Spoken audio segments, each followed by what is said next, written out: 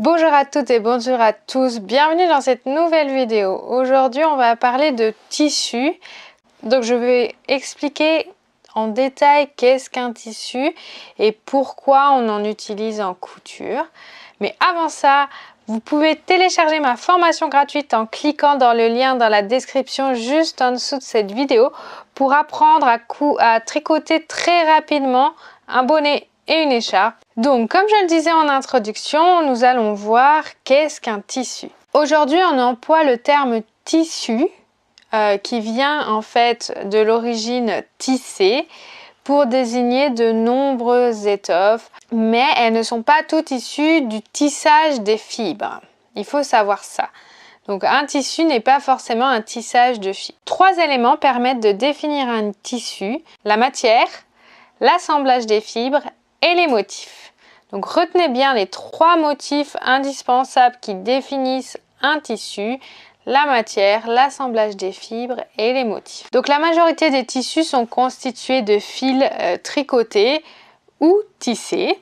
On trouve aussi aujourd'hui donc des matières naturelles, artificielles ou encore synthétiques, à partir desquelles on obtient des fibres. Ces fibres sont ensuite transformés en fils qui vont être tissés pour faire notre tissu. Donc le tissage, c'est quoi? J'aimerais vous montrer 3 tissages qui sont utilisés régulièrement pour nos tissus. En fait, le tissage, c'est l'entrecroisement des fils, donc on a créé avec nos matières naturelles, artificielles ou synthétiques. Ce sont les fils que l'on a tissés les uns entre les autres. On a entrecroisé les fils, un fil de chaîne parallèle que l'on appelle en fait le droit fil. Ça reviendra très souvent dans les patrons, le droit fil. Donc c'est le fil parallèle. Et donc il y a le fil perpendiculaire, lui, qui est délimité par les lisières du tissu, qui est donc à l'inverse perpendiculaire. À partir de cette construction perpendiculaire et parallèle, on forme donc 3 armures. Ce sont les 3 tissages dont je vous parlais. C'est ce que l'on appelle des armures. Il existe l'armure toile, l'armure sergée et l'armure satin. Donc j'aimerais vous montrer maintenant à quoi ressemblent ces 3 armures, comment sont entrecroisés les fils pour former ces 3 armures, sur quel tissu on retrouve ces différentes armures. Voilà, donc vous voyez les 3 tissages là, toile, sergée et satin. Ces 3 tissages sont vraiment importants. Donc je vais vous les décortiquer un par un. Donc comme vous voyez, l'armure toile ou unie, c'est l'armure la plus répandue car c'est la plus simple à produire. En effet, comme vous voyez, les fils de chaîne et de trame s'entrecroisent régulièrement en passant l'un sur l'autre. Donc vous avez juste 2 fils et 2 d'huit. Donc ils se passent l'un sur l'autre. Et le tissu en armure toile, en fait, il est vraiment très résistant. Il se prête parfaitement à la couture. Ce sont des tissus comme la popeline ou la flanelle ou la batiste. Ce sont des tissus qui sont facilement utilisables par les débutantes parce que justement le tissu est très résistant. Et comme vous voyez, il est très simple à faire et très simple à comprendre. Ensuite, le sergé, donc c'est 3 fils, 3 d'huit. Cette armure sergée, c'est l'entrecroisement des fils de chaîne et de trame, mais qui n'est pas régulier, pas comme celui d'avant. Ce sont des alternances, donc qui créent le motif de diagonale. Vous voyez là, ça fait une diagonale qui est caractéristique de ce type de tissu. C'est le cas donc du chambray, du denim, de la gabardine, du tweed. Et par ce procédé, on obtient des tissus lourds et solides qui se froissent très peu. Quand je vous parle du denim, on l'utilise pour un jean et vous n'avez jamais vu un jean qui se froisse. Donc c'est vraiment un tissu très lourd, très résistant. Et enfin, on a l'armure satin. Donc l'armure satin, c'est une déclinaison de l'armure sergée que l'on voit précédemment. Là, on a 5 fils, 5 d'huit. Donc vous voyez ici, on a des diagonales. Donc c'est pour ça qu'on dit que c'est une déclinaison de l'armure sergée. Mais le nombre de fils de trame sous un fil de chaîne est beaucoup plus important. C'est ce qui donne au tissu un peu cet aspect brillant. C'est pour ça qu'on l'appelle satin. Sur l'endroit, il est brillant, mais sur l'envers, il est mat. De ce fait, ce tissage en fait satin est assez fragile, beaucoup plus que le serger, parce que vous voyez, il y a beaucoup plus d'irrégularité dans ce tissu. Mais il est parfait pour les doublures, par exemple, ou encore les drapés. En fait, ça va leur conférer un tombé vraiment parfait, juste en dessous de votre jupe ou de votre robe. Donc ces trois armures, en fait, elles peuvent être combinées ensemble afin d'obtenir des tissus comme par exemple le damas, la rayonne, le velours ou encore le jacquard. Le jacquard, on le connaît par ses motifs vraiment particuliers. En fait, si on combine par exemple le serger, le satin, eh ben, on peut avoir des tissus comme du jacquard. Les fils de chaîne peuvent être sélectionnés indépendamment les uns des autres à chaque passage du fil de trame et ainsi donner des motifs tissés très travaillés.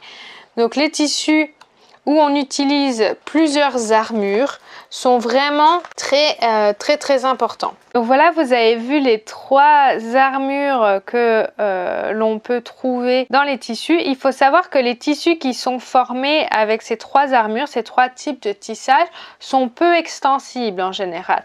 Si vous tirez dessus, c'est pas très élastique. On les trouve souvent exprimés en poids par mètre carré. Le poids va être différent en fonction de l'armure qui est choisie et donc ce poids va permettre de donner une certaine structure à votre tissu.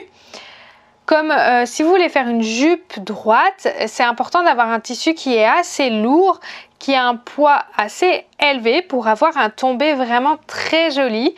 Donc vous devez choisir vraiment votre tissu en fonction du tissage qu'il est fait, de l'armure dans laquelle il est composé. Plus le tissu sera lourd, plus il sera résistant, plus il aura un tombé droit. Donc ensuite, je voulais un petit peu vous parler des tissus qui ne sont justement pas tissés. C'est le cas par exemple du tricotage. Alors si vous suivez ma chaîne, vous savez que je couds et que je tricote et que c'est les deux manières, et je crochette aussi un petit peu, ce sont les trois manières qui me permettent de créer mes vêtements, mes propres vêtements de A à Z vraiment. Donc je sais ce que c'est le tricotage, le point jersey, le point mousse, les deux points qui sont vraiment basiques au tricot.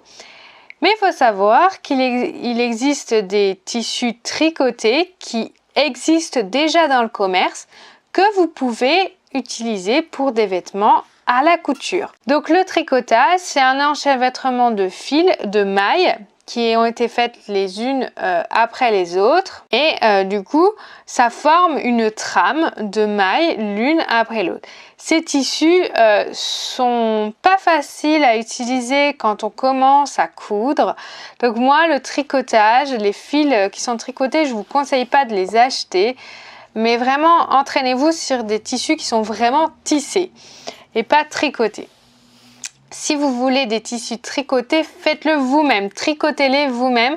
Vous vous rendrez compte de la difficulté que ça peut être de tricoter un vêtement et donc de la difficulté que ça peut être de le coudre. Et enfin, donc après les tissus avec leurs armures, les tissus tricotés et maintenant nous avons les tissus qui sont non tissés justement. Les tissus non tissés sont la plupart du temps formés par des matières synthétiques à partir duquel on constitue une nappe de fibres qui est consolidée par différents procédés. Alors on retrouve par exemple une technique pour faire les entoilages ou alors la triplure. Vous savez, c'est ces tissus que l'on colle sur un tissu tissé qui va permettre de durcir le tissu sur les emmanchures ou alors sur la ceinture.